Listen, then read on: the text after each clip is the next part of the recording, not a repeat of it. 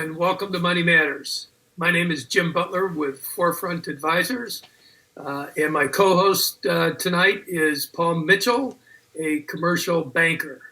Welcome, Paul. Thanks, Jim. Good to see you again. Good to see you. Well, needless to say, interesting times. We are broadcasting remotely in our home studios, and without running the risk of knowing when this show is taped and when it's actually going to show, we certainly have the situation with the global epidemic facing us, and not really wanting to spend much time on that, but recognizing that that's part of life, not only today, but certainly for the good chunk of 2020. Paul, what would you say are some of any concerns that you happen to be seeing unfolding, say, for the rest of this year? Most of my time is spent working with small businesses as a commercial banker, and now as I'll say a loan consultant, helping businesses get some of these loan programs going. It's just about every business has been hit, hurt, whatever you want to call it. I serve as a trustee on a nonprofit school for autistic kids and all, and the campus is vacant. There is instructional by whatever it is, but they consider their funding is going to continue. They're a school, so they're not going to go out of business. Question is, will funding be cut, et cetera? Will people have to take decreases? Who knows? There's a lot of unknown there. But for businesses, it's a bear out there, and dealing with these government programs is not easy either. If you don't cross the right T or the right whatever, you may not be turned down, but you're just put to the side. And you find out later type of thing. Paul, do you think the underwriting requirements will be easier or more difficult, more stringent as we go forward? Well, the government programs are very, very loose in terms of credit-wise. So basically, like, you have a need, are you a legitimate company type of thing? Can you prove what you want the money for and how you spend it later on? In terms of criteria going forward and that type of thing, I mean, a responsible bank, a responsible lender has to be able to feel assured that the business is going to have sufficient cash flow to repay the loan. Ouch. Historically, not the last 30 days or prospectively. So that's going to be tough. It's the government's position, I guess, to kind of help out there. But some years back, there was this thing called the savings and loan crisis, when savings and loans were permitted to make commercial loans, and that was it's a disaster. Banks on their own, making their own decisions. So it's going to be tough, absolutely. Well, what I think of as I'm listening to you is you go back roughly 12 years ago in the 2008 subprime situation in the housing bubble period. Create the value so they can sell them later on. They have lots of money, but they're not supposed to be, at least they don't think they're supposed to be using the money to shore up a flailing company. Right. So if you look into 2021, do you see underwriting requirements actually tightening up because of what you're touching on? Banker, I'd have to say yes. So what you have to do is find more creative bankers, creative lenders, creative investors, creative, whatever you want to call them, that say, well, things are going to improve. So maybe the financing is going to be a little more expensive, which, relatively speaking, is not so that a bad prospect. I mean, I've been in banking for over 30 years, and if you got a loan at prime plus one at 7-8%, 20 years ago, you're a good solid company. Now, if somebody just gets a loan at 3 or 3.5%, you feel they're being mistreated. These rates are so low. So if rates are going to be 7 or 10% later on for the higher risk, I would say deal with it. Get on with it. Seize the opportunity. So here's a question along these lines, and it has to do with something that I think most of us have heard about, and that is the shadow banking system. Uh, can you help our viewers understand that a little bit more, and to what extent that may expand into next year? Give me a couple examples of what you mean by shadow banking. How Well, scary. when I think of How shadow dark. banking, when I think of it, I think of the non-traditional lending sources, such as instead of a commercial bank, whether it's a national or Yes. regional bank. Yeah. Yes, I can definitely see that growing. I mean, there was relatively little of that 20 years ago. And during other bad times in banking, downturns, that type of thing, these other outfits came in and started sucking up a lot of the traditional bank business.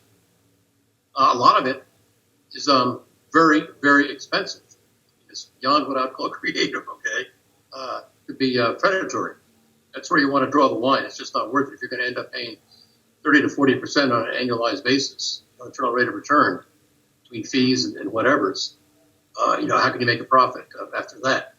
But something between traditional banking and that type of stuff, I would imagine would grow some more. But you got to make sure you're dealing with honest, straight people, because you get 30, 40, 50%. You may not be dealing with the shadows. You may be dealing with the dark side. Right.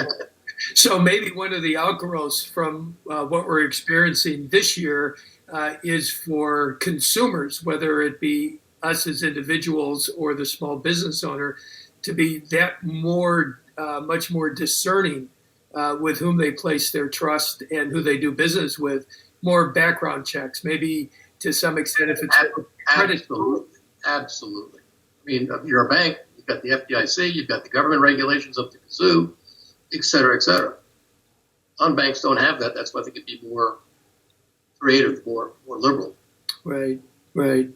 Now, a comment about that, coming out of the Great Recession, the businesses weren't borrowing as much as banks had anticipated they would, because a lot of those people that hurt were still very cautious 7, 8, 9 years later.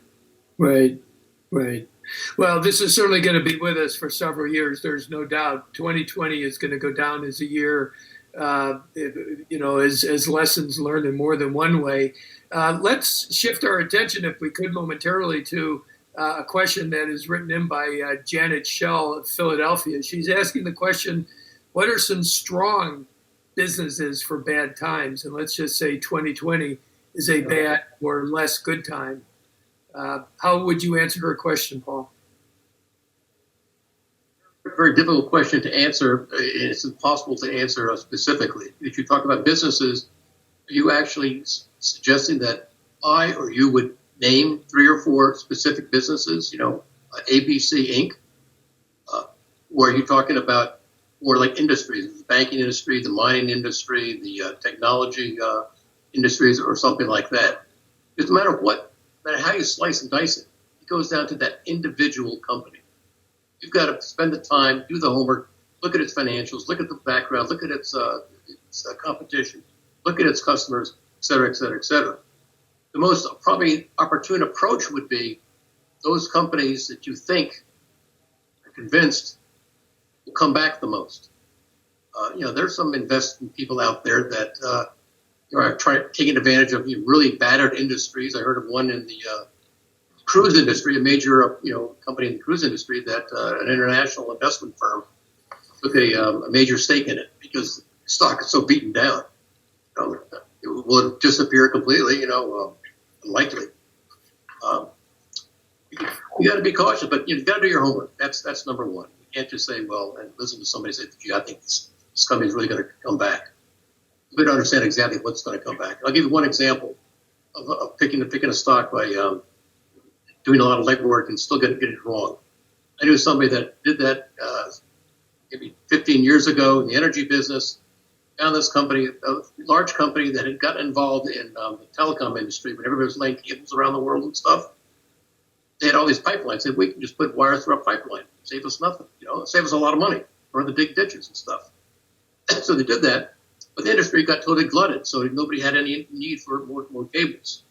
So the company and my investment person saw that and said, oh, they sold off the company. Great, they got rid of the dog. 6 months, so he buys in, 6 months later, the stock's down. How could that possibly be? They just made the right decision. Yeah, they sold it and retained most of it.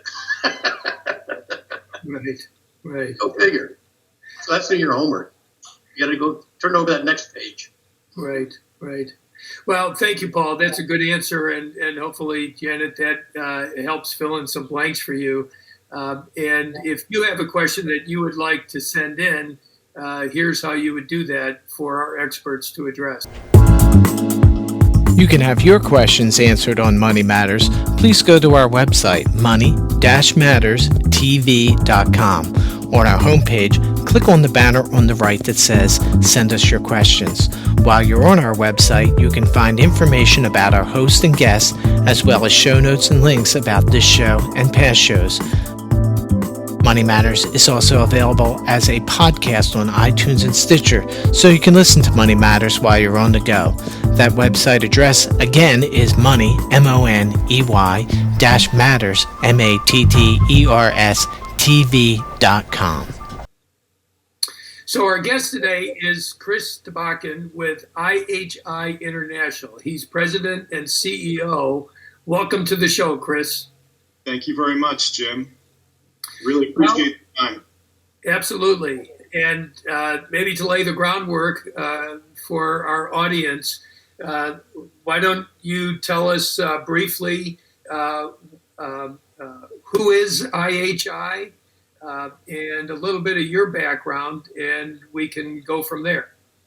Great. Well, thank you. IHI International, or In His Image International is our registered name, is a nonprofit 501c3 organization that supports, we say, VIPs, which are vulnerable international people or populations. And predominantly we focus on people with disabilities, but not exclusively. And all of our projects are international around the world. My background has always been, my career has been in nonprofit human services. I did my undergraduate degree in special education, minor in psychology, and then went on to do a master's in nonprofit administration, and then found that my skill set was really best suited for more of the administrative side of human services. So right out of undergrad, I went right into administration at a nonprofit called Melmark in Pennsylvania and Massachusetts. And I really just loved what I was doing, but I had the opportunity to travel a lot. And what I kept seeing, and both traveling for fun and for like mission work through my church and through volunteering and humanitarian work, was that the needs in particular of people with disabilities in a lot of third world countries were just so significant. And just reached a point where I knew I was being called to do more, and so decided to leave my job that I loved and found the organization. So you're a founding member of the organization? Yes, there were 3 founding members, and we're still very small. We were founded in 2014, and then we got our 501c3 in 2015. And we just kind of took off from there. So when you identify a location to work in, how do you do that? Well, it's been all organic, really, in nature. The first was a previous relationship and connection in Uganda. And then moving on from there, it was just through different basically introductions. Our work in Iraq was because of someone that I went to high school with. Her husband is the country director for our partner organization there. So it's really just been organic. But there are 3 pillars that we operate from that are musts in any area. The first is permanency in the country. We have to have a local partner that we can partner with. The second is for a whole variety of different reasons. 2 is we have to have trust, and the trust has to be reciprocal, meaning that obviously we have to trust our partner organizations in the countries. We're talking about grants, finances, as well as volunteers, and they have to trust us that we're going to bring expertise to them. Unfortunately, I've seen scenarios where well-meaning people who really didn't have expertise ended up doing more harm than good. So they have to have trust that we have their best interest in mind and that we're going to find the best people that are out there to help. And then the last one is capacity. They have to have some level of capacity for us to partner with them to help build and raise them up, and so they can continue the work all year round when we're not there, because we're not there permanently. So what's an example of a partner in Uganda, for example? Sure. We have actually now several partners in Uganda, but the first is an organization called KACHID, and they're what's called a NGO, non-governmental organization. It's basically the equivalent of a nonprofit here in the U.S., and they do work with their community, and they do work in a variety of different areas, supporting elderly, supporting children and adults with disabilities. So we partnered with them and really basically bring to them the expertise. Specific example, just in February, we had a team there, and I'll just touch on two of the volunteer members that were with us. One was a speech and language pathologist, Lindsay Bly, and she was evaluating, in particular, children for feeding and swallowing issues to really give recommendations about how to best support those children. The other was a nurse who has a background and focus in women's health. So she was doing trainings around pregnancy, post-pregnancy, maintaining health, and the training and the support was bringing up both the community as well as our partners in terms of their knowledge to be able to continue that moving forward. Chris, I can't imagine you ever running short of potential partners and areas to get involved in. Do you feel, as young as you are, really over the past 6 years or so, that you've just started to scratch the surface? Oh, absolutely. I mean, I get contacted pretty regularly, but we've been very intentional about not going in too deep, too fast, and spreading out, and really being intentional to focus to bring the expertise to the areas that meet those three pillars that we operate from. And if we kind of tried to go everywhere, I mean, we're very, very small. We say small but mighty. It just wouldn't be possible. So being thoughtful and intentional about where the expertise is needed most. And then if one of those three pillars goes out of whack, so to speak, we either put a project on hold or we just end it. As an example, we had a project in Morocco 2 years ago, but our local partner had to leave the country. So our project just ended there. Chris, with so much need right here in the United States, why do you focus on all supports for people outside of the U.S.? Do you think that is important? Well, thanks, Paul. I appreciate the question. Everybody has kind of their own individual answer to that. I ask volunteers that, why they're interested in going and volunteering in that capacity. So everybody has their own answer, but mine really is that, we're a global society. And I think if anything else in our current situation that we're all living in, we see that more now than ever. So the things that are done, even in some very remote villages in sub-Saharan Africa or in internally displaced people camps or Syrian refugee camps in northern Kurdish Iraq, they have impact. It's the ripple effect, right? And everything being more global and interconnected now, I just see it as something that really is critical. And because there's such need in these locations, they don't have, in most cases, the expertise to the level that the United States has. If they have some expertise, many times people can't access it because of not being able to pay for it.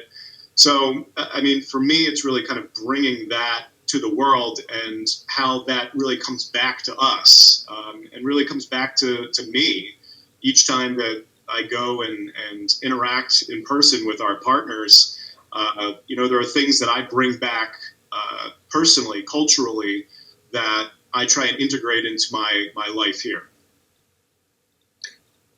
Do you see yourself, Chris, expanding at some point in such a way that you would have more locations in the U.S., more manpower, so to speak, so that you could reach even more people? Or are you going to take that growth more slowly for reasons that you touched on? Well, again, we're going to be very intentional and have been. If you would have asked me the same question 45 days ago, I would have had a very different answer. Yes, I would love, God willing, to continue to grow, to be able to bring the expertise to more people that need it. Given what's currently going on, everything's really kind of on pause, and we're in the midst of really kind of recalibrating how we're going to approach in this time, because we're honestly very limited. Obviously, a lot of our most effective work is in person, and that can't happen right now. But we've done some very effective trainings and support over video, just like this. And, so we're going to explore that more with what our partners really need. It's kind of interesting, though, because based on the fact that really the COVID-19 virus has not really reached sub-Saharan Africa, it appears. I was just looking at some numbers yesterday. In Uganda, there were 52 cases and no deaths, right? So obviously there's something hasn't reached there yet, or obviously there's reporting things as well. But in northern Iraq, they're over 1,000, and they've had, I think, as of yesterday, like 60 deaths. So where they are in their shelter in place in northern Iraq is different than what is going on in our, project location in Uganda or Malawi. So it's kind of going to be progressive in nature to see. They're focusing on survival, getting by the way that a lot of people are here, and once that kind of stabilizes a little bit and they're kind of in a groove, so to speak, then, what can we do to really bring some things while we're still a bit limited in terms of going in person? Take that thought and go out 5 years. And that touches on a question with regards to where you would like to see IHI in that time frame, say 5 years and even beyond. What's kind of between you and your partners, your dream as far as where you'd like to be able to take your level of services? Sure. I mean, I would love to have a relatively small to medium-sized organization. Nothing to the Red Cross level size I would really ever foresee, because we're really very, again, I'm using the word intentional because we're very focused and intentional about the things that we do and bring to the locations. That to grow too quickly, certainly, or too big, I think would begin to kind of level that out a little bit more than keep it at the higher level of the focus and expertise. As of right now, basically, we're small enough that I essentially interview all the people that are interested in volunteering and vet them. And a lot of them are people that I actually have worked with. And they're the best in the field. They're the best at what they do. And those are the people that I want to bring to those needs because, quite frankly, they deserve it. And to grow too much without kind of that level of infrastructure, I wouldn't feel comfortable with. And so we'll really see 5 years from now if things kind of level out through 2020 and 2021. We're fully donor based, and obviously I'm encouraging people right now. We need to be supporting our neighbors, right? We need to be supporting local organizations and food pantries and donating to them because this is our community. These are our people. So once we get past that, what support will look like, not sure. But basically it comes down to I want to make sure we keep the high level of support, and yes, to support as many people as possible. We could stay in just the project countries, and I mean the needs are almost endless, just there. But there are opportunities in different locations that we can really connect in with, and also based on volunteers' comfort level. Some people are not comfortable going to Uganda where we operate because it's a little more difficult, rough from a comfort standpoint. Other volunteers, they're interested in bringing their expertise, but they want to be able to have a little bit more of a expectation of comfort, and that's great. We can work with both. So it's really kind of based on that as well. I just wonder if a result of what we're going through with this COVID virus in 2020 and even beyond, if that's not going to just open up, for lack of a better term, I'll say more hearts or more grace from people in wanting to get involved in volunteerism, to give back, whether it's, as you say, in our communities right here in our backyard, and even internationally, because now, our views have changed. We're no longer, just the neighborhood in which we live or the state where we reside. Yes, we are, but it goes much more beyond that, as you've pointed out. So I just wonder if this experience that we're going through, and certainly there will be more, we know that, if it won't, just maybe play into your hand in a positive way as we look into the future. Jim, I really hope it's both, honestly. I think one of the interesting things that's going on right now is in the most disconnected time physically, I feel like there's a greater social, interpersonal connectedness that is occurring and going on. And that's a good thing. So coming out of this, I hope that maintains, and that we see that the social supports of our neighbors and friends and family are really critical. And that translates over into people's passions are both local and, again, international. And that kind of that hopeful unity and bringing together can then translate into those that really desire to work overseas being able to do that more so. So my hope really is that coming out of this, that it's both.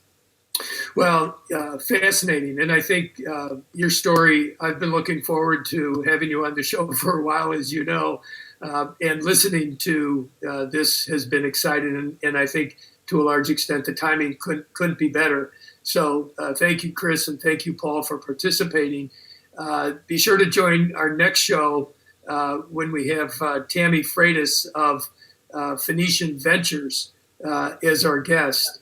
And certainly always recognize that, as Chris has politely said, we're all in this together, and hopefully we can support each other in more than one way going forward. So thank you for listening.